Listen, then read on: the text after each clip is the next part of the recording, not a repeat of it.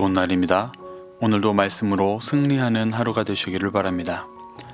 오늘 생명의 산 본문은 야고보서 3장 1절부터 18절입니다.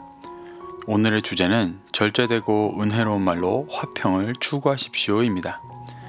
야고보서의 구조가 1장에서 말했던 주제들에 대해 2장에서 4장 사이의 실천적인 방안으로 설명하고 5장에서 결론을 맺는 구조입니다. 오늘의 주제는 1장 9절에서 21절에서 말했던 듣기는 속히하고 말하기는 더디하며 성내기도 더디하라는 말에 대한 실천적이고 구체적인 적용입니다. 오늘 본문은 이를 설명하기 위해 크게 두 단락으로 나뉘어져 있습니다. 1절부터 12절에서 말에 대해 설명하고 13절에서 18절에는 그 근본되는 지혜에 대해 말하고 있습니다. 한 절 한 절 살펴보도록 하겠습니다. 1절입니다. 내 형제들아, 너희는 선생된 우리가 더 큰 심판을 받을 줄 알고 선생이 많이 되지 말라. 이 구절은 오해를 불러올 수 있는 구절입니다. 마치 선생, 가르치는 자가 되지 말라고 말하는 것 같습니다. 그런데 그것은 지금까지 야고보서의 맥락과 대치되는 말입니다. 지금까지 야고보서에는 시험 가운데 낭망해 말씀이 아닌 타락한 유대 종교 지도자들의 외식, 형식, 문자를 따르려 하는 형제들에게 말씀으로 무장해 진리가 필요한 가난한 자들을 채워주는 자가 되어야 한다고 말했었습니다. 그러니 이 구절을 가르치는 자가 되어선 안 된다는 말로 받아들일 수 없습니다. 원어를 보면 이 부분의 해석이 매끄럽지 않게 된 것을 볼 수 있습니다. 그래서 오해의 소지가 있지만 이 구절은 타락한 종교 지도자들처럼 자신들의 육신의 소욕을 채우기 위한 헛된 것을 가르치는 선생이 되지 말라는 말입니다. 이 같은 맥락에서 2절부터 3절에서도 육신의 소리를 내지 말라고 말하고 있습니다. 우리가 다 실수가 많으니 만일 말에 실수가 없는 자라면 곧 온전한 사람이라 능히 온 몸도 굴레에 씌우리라. 우리가 말들의 입에 재가 물리는 것은 우리에게 순종하게 하려고 그 온몸을 제어하는 것이라. 여기서 말하는 실수가 육신의 소욕을 쫓아 헛된 것으로 가르치는 것을 말하는 것입니다.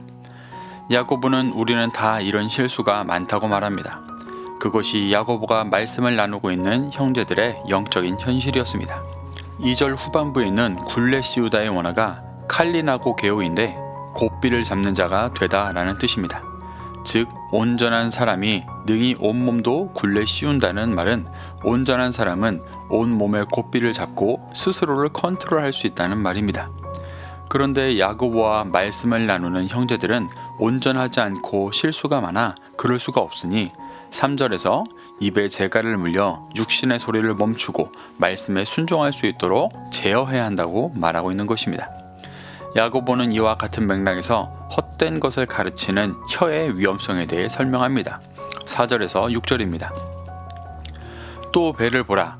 그렇게 크고 광풍에 밀려가는 것들을 지극히 작은 키로써 사공의 뜻대로 운행하나니 이와 같이 혀도 작은 지체로 돼 큰 것을 자랑하도다. 보라, 얼마나 작은 불이 얼마나 많은 나무를 태우는가. 혀는 곧 불이요 불의의 세계라. 혀는 우리 지체 중에서 온몸을 더럽히고 삶의 수레바퀴를 불사르나니 그 사르는 것이 지옥불에서 나느니라. 야고보는 말을 하는 혀를 배의 키로 예를 들어 설명합니다. 큰 배를 작은 키가 운전하는 것처럼 우리가 내뱉은 말이 우리의 삶을 운전합니다. 그런데 그 혀를 불로 비유하며 우리의 삶을 다 태워버릴 것이라고 말합니다. 6절에서 혀는 많은 나무를 태우는 불로 불의의 세계라고 말합니다. 불의의 세계는 원어를 찾아보면 악의 세계라는 말입니다. 그리고 온몸을 더럽히고 삶의 수레바퀴, 인생을 불사른다고 말합니다. 그 불이 지옥에서 나온 것이라고 말합니다. 무서운 말입니다. 여기서 말하는 혀가 뜻하는 것이 단지 험한 말, 부정적인 말들을 말하는 세상적인 교훈이 아니라 육신의 소욕을 쫓아 헛된 것으로 가르치는 혀를 말하는 것입니다. 그 진리를 떠나 있는 가르침들이 자신의 삶을 지옥불에 타게 한다는 말입니다. 그런데 이 혀를 길들일 수 없다고 말합니다. 7절에서 8절 보시겠습니다. 여러 종류의 짐승과 새와 벌레와 바다의 생물은 다 사람이 길들일 수 있고 길들여 왔거니와 혀는 능히 길들일 사람이 없나니 쉬지 아니하는 악이요 죽이는 독이 가득한 것이라. 야고보는 살아있는 모든 것은 다 사람이 길들일 수 있지만 혀는 능히 길들이지 못한다고 말합니다. 이것이 성경에서 말하는 사람의 죄성입니다. 사람의 본성은 끊임없이 육신의 소욕을 쫓고 헛된 것으로 가르칠 수밖에 없습니다. 그 모습이 시험 속에 있는 야고보의 형제들 안에도 드러나고 있는 것입니다. 9절에서 10절에 그 형제들의 현실을 말합니다. 이것으로 우리가 주 아버지를 찬송하고 또 이것으로 하나님의 형상대로 지음을 받은 사람을 저주하나니 한 입에서 찬송과 저주가 나오는도다. 내 형제들아, 이것이 마땅하지 아니하니라. 지금 형제들의 상태를 잘 말하고 있습니다. 예수 그리스도의 복음을 듣고 그 길을 쫓아가고 있었지만 시험 가운데 계속해서 올라오는 육신의 소욕에 모순적인 삶을 살아가고 있습니다. 하나님을 찬송하기도 하고 진리를 전해져야 할 형제들을 저주하기도 합니다. 한 입에 찬송과 저주가 동시에 나오고 있습니다. 이 모순적인 모습이 하나님을 믿기는 하는데 연약해서 드러나는 모습이 아니라 사실은 열매 맺지 못하는 악한 모습임을 11절부터 12절에서 말합니다. 샘이 한 구멍으로 어찌 단물과 쓴물을 내겠느냐? 내 형제들아, 어찌 무화과 나무가 감람 열매를, 포도나무가 무화과를 맺겠느냐? 이와 같이 짠물이 단물을 내지 못하느니라. 샘에서 단물과 쓴물을 동시에 낼 수는 없습니다. 이런 모순적인 모습을 보이는 모습이 사실은 열매 맺지 못하고 있는 형제들의 모습, 악한 혀를 품고 있는 모습임을 말하고 있는 것입니다. 야고보는 이렇게 예수님을 믿는다고 하면서도 계속해서 육신의 소리를 내고 가르치려는 형제들에게 사람이 결코 길들일 수 없는 그 혀를 제갈 물려 말씀에 순종해야 한다고 말하고 있는 것입니다. 그렇지 않으면 삶이 전부 지옥불로 태워지니 악을 쫓는 그 중심을 제어해야 한다고 말하고 있는 것입니다. 그러며 두 번째 단락에서 사람의 힘으로는 길들일 수 없는 그 혀, 그 중심을 길들일 수 있는 길을 설명합니다.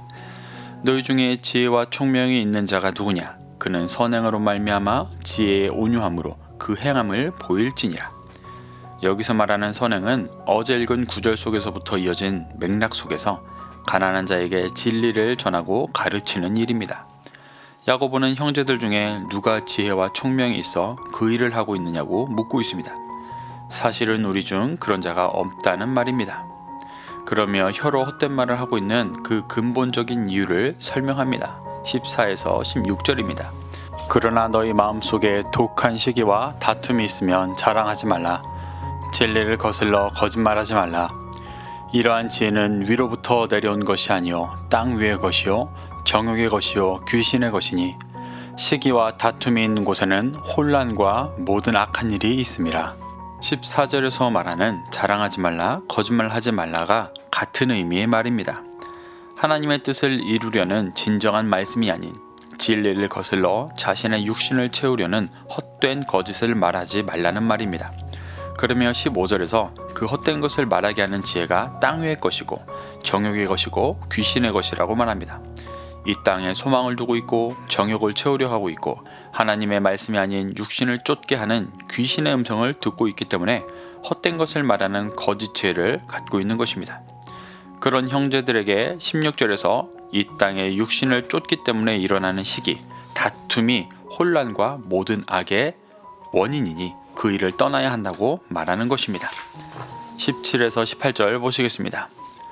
오직 위로부터 난 지혜는 첫째 성결하고 다음에 화평하고 관용하고 양순하며 긍휼과 선한 열매가 가득하고 편견과 거짓이 없나니 평하게 하는 자들은 화평으로 심어 의의 열매를 거두느니라. 야고보는 헛된 말을 가르치는 형제들에게 위로부터 난 지혜에 대해 말합니다. 그 지혜가 우리를 성결하게 하고 화평, 관용, 양순, 긍휼, 선한 열매, 편견과 거짓이 없음을 맺게 한다고 말합니다. 이 위로부터 난 지혜를 쫓고 심령에 새겨진 자들이 화평하게 하는 자들이고 그들은 의의 열매를 거둘 것이라고 말합니다. 야고보는 이 땅의 정욕에 사로잡혀 헛된 것을 구하고 가르치고 있는 형제들에게 하늘로부터 오는 지혜를 구해 진리를 말하고 가르쳐 참된 구원의 열매를 맺어야 할 것을 도전하고 있습니다. 사랑하는 성도 여러분, 오늘 나눈 이 구절들은 단순히 말을 조심하고 지혜를 가져야 한다는 세상의 교훈만을 전하기 위한 것들이 아닙니다.